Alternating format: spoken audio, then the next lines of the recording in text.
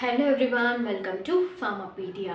So ఈరోజు మన ఈ ఎంసీక్యూస్ క్వశ్చన్స్ ఏ సబ్జెక్ట్లో నుంచి అంటే ఫార్మస్యూటికల్ కెమిస్ట్రీ నుంచి. సో దాంట్లో నుంచి కొన్ని నెంబర్ ఆఫ్ క్వశ్చన్స్ని తీసుకొని మీకు ఎక్స్ప్లెయిన్ చేస్తున్నాను. అండ్ వీడియోని స్కిప్ చేయకుండా ఎండ్ వరకు చూడండి. చాలా బేసిక్స్ నుంచి నేను ఎక్స్ప్లెయిన్ చేస్తాను. ఈచ్ అండ్ ఎవ్రీ క్వశ్చన్ ఇంపార్టెంటే. Each and every definition which I say is also important. ఎందుకంటే మనకు ఆర్ఆర్బీలో బేసిక్స్ నుంచి టఫెస్ట్ లెవెల్ వరకు క్వశ్చన్స్ అనేవి అడుగుతారు. అంటే మ్యాక్సిమం బేసిక్ క్వశ్చన్సే అడుగుతారు. అందుకని మనం ఫస్ట్ బేసిక్స్ నేర్చుకుంటే తర్వాత వచ్చే కాంప్లికేటెడ్ కాన్సెప్ట్స్ని ఈజీగా అర్థం చేసుకోవాలి. ఈ విషయం నేను ప్రతి ఒక్క వీడియోలో చెప్తూనే వస్తున్నాను. సో వీడియోని స్కిప్ చేయకుండా ఎండ్ వరకు చూడండి. ఈ క్వశ్చన్స్ మీకు చాలా యూస్ఫుల్ అవుతాయి ఫర్దర్గా. ఓకే, సో మన క్వశ్చన్ నెంబర్ 45. ఏం అడిగారు question? The error due to impurities in chemicals and solvents is. అయితే ఎర్రర్ వస్తుంది due to impurities in chemicals and solvents. కెమికల్స్లో అండ్ సాల్వెంట్స్లో ఎర్రర్ అనేది వస్తుందన్నమాట డ్యూ టు ఇంప్యూరిటీస్. సో ఆ ఇంప్యూరిటీ అంటే దాన్ని మనం ఆ ఎర్రర్ని ఏం ఎర్రర్ అంటాము? సో ఆప్షన్స్ ఏమి ఇచ్చారు? Option A instrumental error, option B operative error, option C chemical error, option D none. అయితే ఫస్ట్ ఆప్షన్స్ని చూద్దాం. Instrumental error. ఇన్స్ట్రుమెంటల్ ఎర్రర్ అంటే ఏంటిది? ఇన్స్ట్రుమెంట్స్, ఎక్విప్మెంట్స్ ఉంటాయి కదా, మనం ప్రాసెసింగ్ ఫార్ములేషన్ చేయడానికి యూజ్ చేసే ఎక్విప్మెంట్స్, వాటిలో ఎర్రర్ కనుక వస్తే మనం దాన్ని ఇన్స్ట్రుమెంటల్ ఎర్రర్ అంటాం. ఆప్షన్ బి ఏంటిది? Operative error. ఆపరేటివ్ ఎర్రర్ అంటే ఏంటిది? ఆపరేటివ్ ప్రొసీజర్స్ ఉంటాయి కదా, మనం కొన్ని ఒక ప్రోటోకాల్ ఒక ప్రొసీజర్ ఫాలో అవుతాం ఫార్ములేట్ చేయడానికి. అయితే మనం చేసే ఆపరేటింగ్ ప్రొసీజర్లో ఏమైనా ఎర్రర్ జరిగితే ఆర్ మనం ఏదైనా మాన్యువల్గా ఎర్రర్ జరిగితే, అంటే మనం చేసే ఎర్రర్స్ ఏమైనా ఉంటే దాన్ని ఆపరేటివ్ ఎర్రర్ అంటారు. And C chemical error. Chemical error అంటే ఏంటిదంటే కెమికల్స్లో కావచ్చు, కెమికల్స్ ఇన్ ద సెన్స్ మనం ఏంటిది రా మెటీరియల్స్ని తీసుకుంటాము, దాంట్లో ఏంటిది సాల్వెంట్స్ అంటే రియేజెంట్స్ని యూజ్ చేస్తాము, యాక్టివ్ ఇంగ్రీడియంట్ని యూజ్ చేస్తాము, అడిటివ్స్ని యూజ్ చేస్తాము. వాటిలో కనుక ఒకవేళ ఎర్రర్ జరిగింది అనుకోండి, దాన్ని మనం కెమికల్ ఎర్రర్ అని అంటాం. ఓకేనా? సో ఇక్కడ క్వశ్చన్ కూడా ఏమడిగారు? కెమికల్స్ కానీ సాల్వెంట్స్లో కానీ ఏదైనా ఇంప్యూరిటీస్ అంటే ఎర్రర్ దేనివల్ల రావచ్చు? ఏదైనా ఇంప్యూరిటీ వల్లనే రావచ్చు కదా కెమికల్స్లో అండ్ సాల్వెంట్స్లో, రైట్?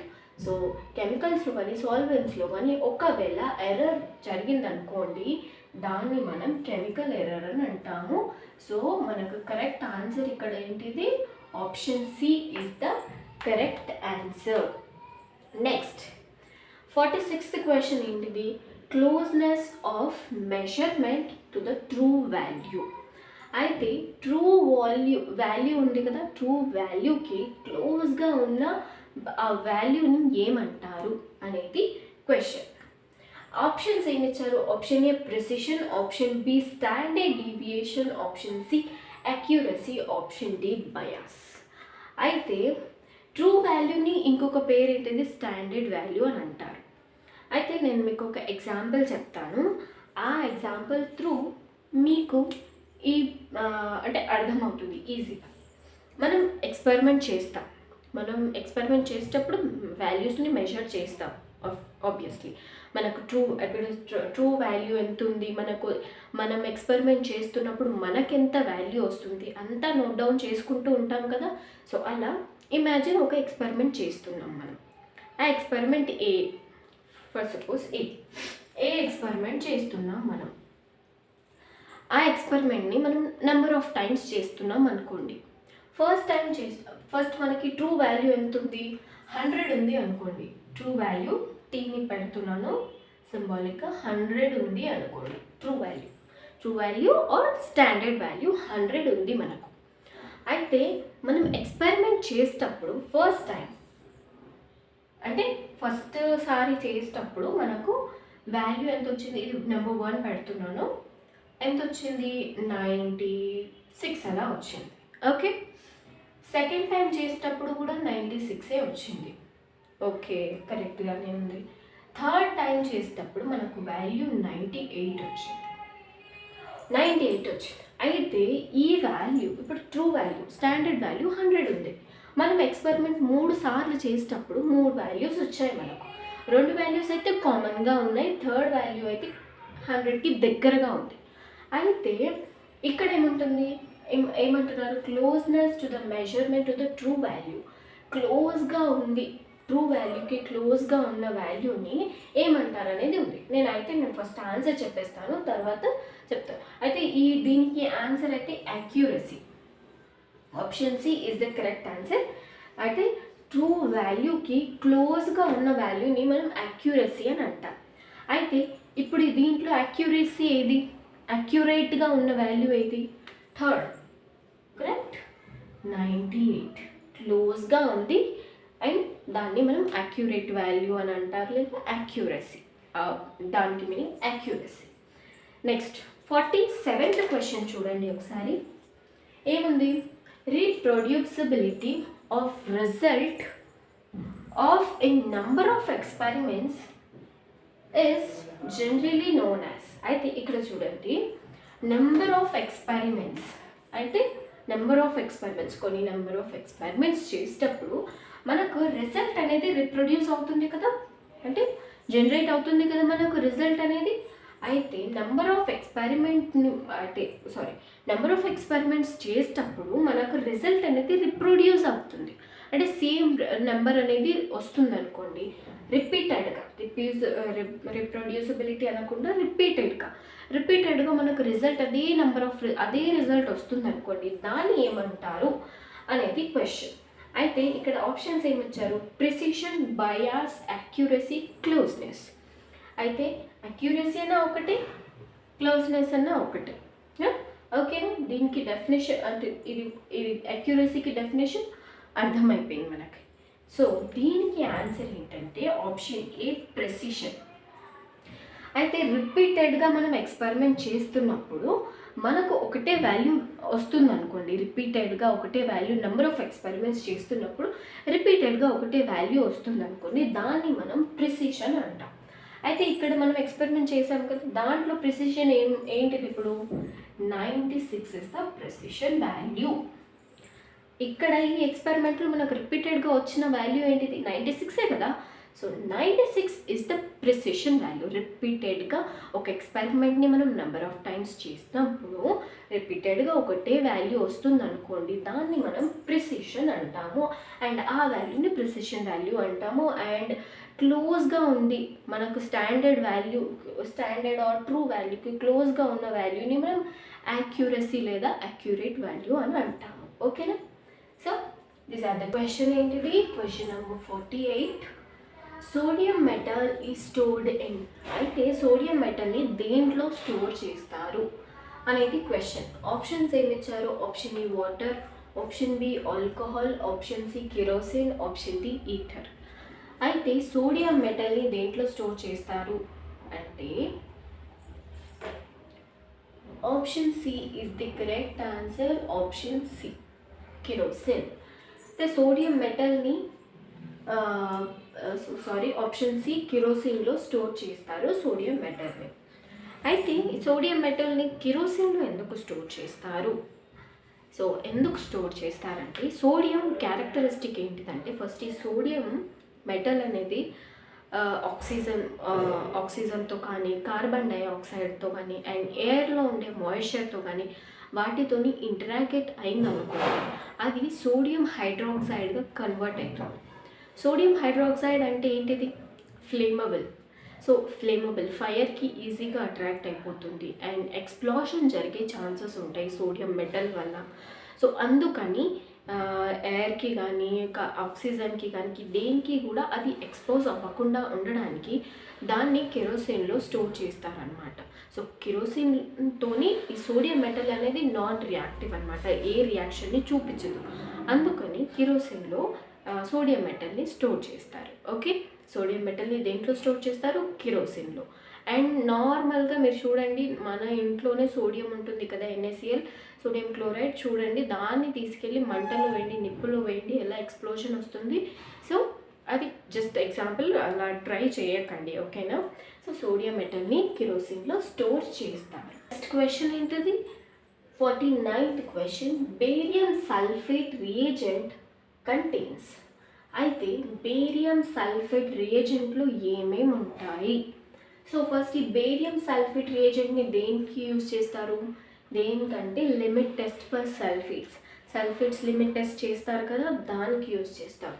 సో ఈ లిమిట్ టెస్ట్స్ ఉంటాయి కదా, limit test for lead, limit test for arsenic, limit test for sulphate, అవైతే చాలా important. Limit test for chlorides అవైతే చాలా ఇంపార్టెంట్. కంపల్సరీ ఒక సింగిల్ క్వశ్చన్ అయినా వచ్చే ఛాన్సెస్ ఉంటుంది. బోత్ టీఎస్ మన ఫార్మసీస్లో కానీ అండ్ RRB ఫార్మసీలో కానీ రెండిట్లో అయితే అడిగే ఛాన్సెస్ ఉంటుంది. So focus on it, okay. చూడండి, బేరియం సల్ఫేట్ రియేజెంట్ కంటైన్స్. అయితే బేరియం సల్ఫేట్ రియేజెంట్ని మనం లిమిట్ టెస్ట్ ఫర్ సల్ఫేట్స్కి యూజ్ చేస్తాం, ఆ రియేజెంట్ని. సో ఆ రియేజెంట్లో ఏముంటుంది అనేది question. Option A barium sulphate, option B sulphate free alcohol, option C potassium sulphate, option D all the above. అయితే బేరియం సల్ఫేట్ రియేజెంట్లో ఇవి అన్నీ ఉంటాయి. సో అన్నీ ఉంటాయి కాబట్టి option D is the correct answer, all the above. Barium sulphate రియేజెంట్లో ఏముంటుంది? Barium sulphate ఉంటుంది, సల్ఫేట్ ఫ్రీ ఆల్కహాల్ ఉంటుంది, పొటాషియం సల్ఫేట్, అవన్నీ కూడా ఉంటాయి. ఇవన్నీ మనం లిమిట్ టెస్ట్ ఫర్ సల్ఫేట్స్కి టెస్ట్ చేయడానికి యూజ్ చేస్తాం, ఓకే. నెక్స్ట్ క్వశ్చన్ ఏంటిది, 50th question, 1 part per million is same as. అయితే 1 ppm తెలుసు కదా. సో 1 ppm ఈ ఇచ్చిన ఆప్షన్స్లో దేనికి ఈక్వల్ అనేది అడుగుతున్నారు.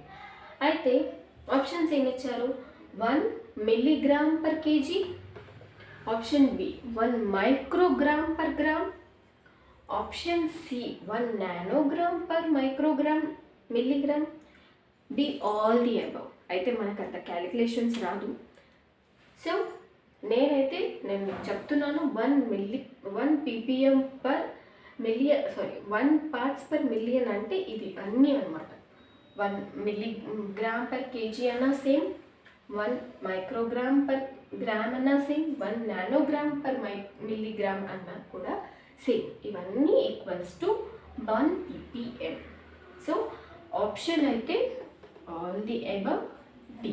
చూసుకోండి, ఇలా కూడా అడుగుతారు క్వశ్చన్స్, అడిగారు కూడా ప్రీవియస్ ఇయర్స్లో. సో నెక్స్ట్ క్వశ్చన్ ఏంటిది, 51 క్వశ్చన్ నెంబర్. క్వశ్చన్ ఏమి అడిగారు, examples of heavy metals as impurities in pharmaceuticals. అయితే హెవీ మెటల్స్ కొన్ని ఉంటాయి, ఇవే silver, gold, mercury, lead, bismuth, ఇంకొకటి ఆర్సెనిక్ కూడా. సో ఇవన్నీ హెవీ మెటల్స్ ఇంప్యూరిటీస్గా ఉంటాయన్నమాట మన ఫార్మస్యూటికల్ ప్రిపరేషన్స్లో. సో నేను ఆన్సర్ అయితే చెప్పేశాను, ఈ హెవీ మెటల్స్ అన్నీ ఇంప్యూరిటీస్గా ఉంటాయి మన ఫార్మస్యూటికల్స్లో. దీంట్లో ఏంటిదని అడిగారు, ఇవి అన్నీ silver, gold, mercury, lead, bismuth, arsenic, ఇవన్నీ ఎగ్జాంపుల్స్ అనమాట. హెవీ మెటల్స్ అండ్ ఇంప్యూరిటీస్ కూడా ఉంటాయి.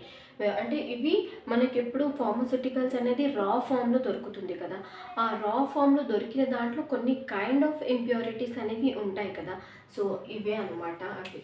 And the correct option is option D, all the above. Next 52, the source of impurities in pharmaceutical industry. అయితే ఫార్మస్యూటికల్ ఇండస్ట్రీలో ఎక్కడ నుంచి మనకు ఇంప్యూరిటీస్ రావచ్చు, మెయిన్ సోర్స్ ఏంటిది? సో రా మెటీరియల్స్లో ఆబ్వియస్గా ఇంప్యూరిటీస్ ఉంటాయి కదా. మనం రా మెటీరియల్స్ని ఎక్స్ట్రాక్ట్ ఎక్కడి నుంచో, ఎన్వైరన్మెంట్ ఎక్కడి నుంచో ఎక్స్ట్రాక్ట్ చేసుకొస్తాం. దాని తర్వాత దాన్ని ఫర్దర్ ప్రాసెసింగ్ చేసి దాంట్లో నుంచి వచ్చే ఇంప్యూరిటీస్ని రిమూవ్ చేస్తాం రా మెటీరియల్స్. అండ్ ఎక్విప్మెంట్స్లో కూడా ఇంప్యూరిటీస్ ఉంటాయి. ఇప్పుడు మనం ఎప్పుడు దాన్ని ప్రాసెసింగ్ చేస్తున్నప్పుడు, ఫార్ములేషన్లో ఇన్వాల్వ్ చేస్తూనే ఉన్నప్పుడు ఇంప్రాపర్గా క్లీన్ చేయలేదు అనుకోండి, ఇంప్రాపర్ హైజీనిక్ కండిషన్ మెయింటైన్ చేసామనుకోండి, దాంట్లో కూడా కొంచెం నెంబర్ ఆఫ్ ఇంప్యూరిటీస్ అయితే ఉండే ఛాన్సెస్ ఉంటుంది. అండ్ అడల్ట్రేషన్, అడల్ట్రేషన్ అంటే ఏంటిదంటే, ఇప్పుడు అడల్ట్రేటెడ్ డ్రగ్ అంటే తెలుసు, నేను మీకు ఫర్దర్గా ఏదో ఒక క్లాస్లో అయితే చెప్పాను అడల్ట్రేటెడ్ డ్రగ్ అంటే ఏంటిదనేది. సో అడల్ట్రేషన్ అనే ప్రాసెస్ ఏంటంటే, దాంట్లో అడల్ట్రేషన్ ప్రాసెస్లో డ్రగ్ని ఇన్సానిటరీ కండిషన్లో ప్రిపేర్ చేస్తారు. డ్రగ్ని ఇన్సానిటరీ కండిషన్లో అంటే అన్హైజీనిక్ కండిషన్, హైజీనిక్గా కాకుండా అన్హైజీనిక్ కండిషన్స్లో ఆ అడల్ట్రేషన్ ప్రాసెస్లో అన్హైజీనిక్ కండిషన్లో డ్రగ్ని ప్రిపేర్ చేస్తారు. అలా అన్హైజీనిక్ కండిషన్లో ప్రిపేర్ అయిన డ్రగ్ని మనం అడల్ట్రేటెడ్ డ్రగ్ అంటాం. ఆ ప్రాసెస్ని మనం అడల్ట్రేషన్ అంటాం. సో దాంట్లో కూడా మనకు ఇంప్యూరిటీస్ ఉండే ఛాన్సెస్ ఉంది. ఇప్పుడు రా మెటీరియల్స్లో ఇంప్యూరిటీస్ ఉన్నాయి, ఎక్విప్మెంట్స్లో కూడా ఇంప్యూరిటీస్ ఉన్నాయి, అండ్ అడల్ట్రేషన్ ప్రాసెస్లో కూడా ఇంప్యూరిటీస్ ఉన్నాయి. సో మనకు ఆన్సర్ ఏమయ్యే ఛాన్స్ ఉంది? The answer is d, all the above. Next question ఏంటిది? What is the final colour absorb in limit test for lead? అయితే లిమిట్ టెస్ట్ ఫర్ లెడ్ చేస్తారు తెలుసు. లిమిట్ టెస్ట్ అన్ని limit test for chloride, limit test for lead, limit test for sulphates, అవన్నీ important. మళ్ళీ చెప్తున్నాను, చదువుకోండి. So limit test for lead చేసినప్పుడు మనకు ఫైనల్గా ఒక కలర్ వస్తుంది. ఆ కలర్ ఏంటిది? ఆప్షన్స్ ఏమి ఇచ్చారు? Option A green colour, option B red colour, option C violet colour, option D yellow colour. అయితే కరెక్ట్ ఆన్సర్ ఏంటిదంటే, ఫైనల్గా మనకు వచ్చేది ఆప్షన్ బి రెడ్ కలర్ వస్తుంది. లిమిట్ టెస్ట్ ఫర్ లెడ్ చేసినప్పుడు మనకు ఫైనల్గా వచ్చే కలర్ అయితే రెడ్ కలర్. మనకు గ్రీన్ కలర్ కూడా వస్తుంది అండ్ వాయిలెట్ కలర్ కూడా వస్తుంది. ప్రాసెసింగ్ జరుగుతున్నప్పుడు రియేజెంట్స్ యాడ్ చేస్తున్నప్పుడు ఫస్ట్ గ్రీన్ కలర్ వస్తుంది, తర్వాత వాయిలెట్ కలర్ వస్తుంది. దాని తర్వాత మళ్ళీ గ్రీన్ని వాయిలెట్ని మిక్స్ చేసినప్పుడు మనకు రెడ్ కలర్ అనేది వస్తుంది. సో ఈ లిమిట్ టెస్ట్ ఫర్ లెడ్ని చదివినప్పుడు మీకు ఇది ప్రాపర్గా అర్థమవుతుంది. ఒకసారి చదవండి, చాలా ఇంపార్టెంట్. అడిగారు limit test for chlorides, sulphates and iron are carried out in. అయితే limit test for chlorides, sulphates, iron ఇవన్నీ చేస్తారు కదా, ఇవి దేంట్లో చేస్తారు? టెస్ట్ ట్యూబ్లో చేస్తారా, కొనికల్ ఫ్లాస్క్లో చేస్తారా, నెస్లర్ సిలిండర్లో చేస్తారా, బీకర్లో చేస్తారా అనేది క్వశ్చన్. సో దేంట్లో చేస్తారు chloride, sulphates and iron limit టెస్ట్లో? The answer is option c, Nessler cylinder. అయితే నెస్లర్ సిలిండర్ కూడా మనకు ఒక గ్రాడ్యుయేటెడ్ ఫ్లాస్క్ ఉంటుంది కదా, సో అలానే ఉంటుంది. ఒక బిగ్ టెస్ట్ ట్యూబ్ లానే, కానీ ఎగ్జాక్ట్లీ టెస్ట్ ట్యూబ్ కాదు, గ్రాడ్యుయేటెడ్ సిలిండర్ ఉంటుంది కదా, సేమ్ అలానే ఉంటుంది. బట్ మెజర్మెంట్స్ అనేవి డిఫరెంట్గా ఉంటాయి. So limit test for chlorides దేంట్లో చేస్తారు? క్లోరైడ్, సల్ఫేట్స్, ఐరన్ దేంట్లో అంటే నెస్లర్ సిలిండర్లో చేస్తారు. అండ్ మీకు ఒక క్వశ్చన్, ఫైనల్గా మీకు ఒక క్వశ్చన్ నేను ఎవ్రీ వీడియోలో అడుగుతూ వస్తాను కదా, సో వీడియో ఎండ్ వరకు చూసిన వాళ్ళైతే కంపల్సరీ దీనికి ఆన్సర్ చేస్తారు. సో కంపల్సరీ చూస్తున్న వాళ్ళు కంపల్సరీ ఆన్సర్ అయితే చేయండి, సో దట్ నాకు తెలుస్తుంది ఎంతమంది ఎండ్ వరకు వీడియో చూస్తున్నారు అనేది. ఓకే, సో క్వశ్చన్ ఏంటిది? 55 question number. Substances with a pH from 7 to 14 R. అయితే ఒక సబ్స్టాన్స్ ఉంది, ఆ సబ్స్టాన్స్కి pH ఎంత ఉంది? 7 నుంచి 14 మధ్యలో ఉంది. సో ఆ సబ్స్టాన్స్ యాసిడా, మనకి బేసా, బఫరా, సాల్ట్. ఒక సబ్స్టాన్స్కి 7 నుంచి 14 వరకు pH ఉంటే ఆ సబ్స్టాన్స్ ఏమవుతుంది? యాసిడ్ అవుతుందా, బేస్ అవుతుందా, బఫర్ అవుతుందా, సాల్ట్ అవుతుందా? సో ఈ క్వశ్చన్కి ఆన్సర్ అయితే మీరు కమెంట్ చేయండి. అండ్ ఇంతవరకు అయితే ఈ వీడియో ఎండ్ అవుతుంది. అండ్ నెక్స్ట్ ఫర్దర్ ఇంకా క్వశ్చన్స్ నేను పెడుతూనే ఉంటాను, చూస్తూనే ఉండండి. And each and every question మీకు చాలా యూస్ఫుల్ అవుతుంది. And very very much important క్వశ్చన్స్ని మాత్రమే పికప్ చేసుకొని నేను మీకు ఎక్స్ప్లెయిన్ చేయడం జరుగుతుంది. అండ్ ఈ క్వశ్చన్స్ చదవడం వల్ల మీకు ఫ్రమ్ ద బేసిక్ నుంచి టు ద కాంప్లికేటెడ్ టాపిక్స్ వరకు అన్నీ కవర్ అయిపోతాయి. And each and every word and definition, only నేను క్వశ్చన్స్ని మాత్రమే కాదు, ప్రతి ఒక్క ఈచ్ అండ్ ఎవ్రీథింగ్ ఇది మీకు యూస్ఫుల్ అవుతుంది, ఇది మీకు ఇంపార్టెంట్ అవుతుంది అన్న విషయాన్ని నేను ప్రతిదాన్ని నేను ఎక్స్ప్లెయిన్ చేస్తున్నాను. అండ్ ఇన్ బిట్వీన్ ఏది ఇంపార్టెంట్ టాపిక్ అనేది కూడా నేను మీకు చెప్తున్నాను. సో వీడియోని ఎండ్ వరకు చూస్తున్న వాళ్ళకి ఇవన్నీ యూజ్ అవుతాయి. అండ్ నోట్స్ అయితే ప్రిపేర్ చేసుకోండి. మీకు ఓకే ఇవి మనకు యూజ్ అవుతాయి అనిపిస్తే మాత్రం నోట్స్ అయితే ప్రిపేర్ చేసుకోండి నా క్లాసెస్వి. అండ్ ప్రతి ఒక్క వీడియోని ఫాలో అవ్వండి. Each and every video is very much important. And ఈ ఛానల్ని సబ్స్క్రైబ్ చేయండి, లైక్ చేయండి, కామెంట్ చేయండి ఈ క్వశ్చన్కి answer. Thank you so much.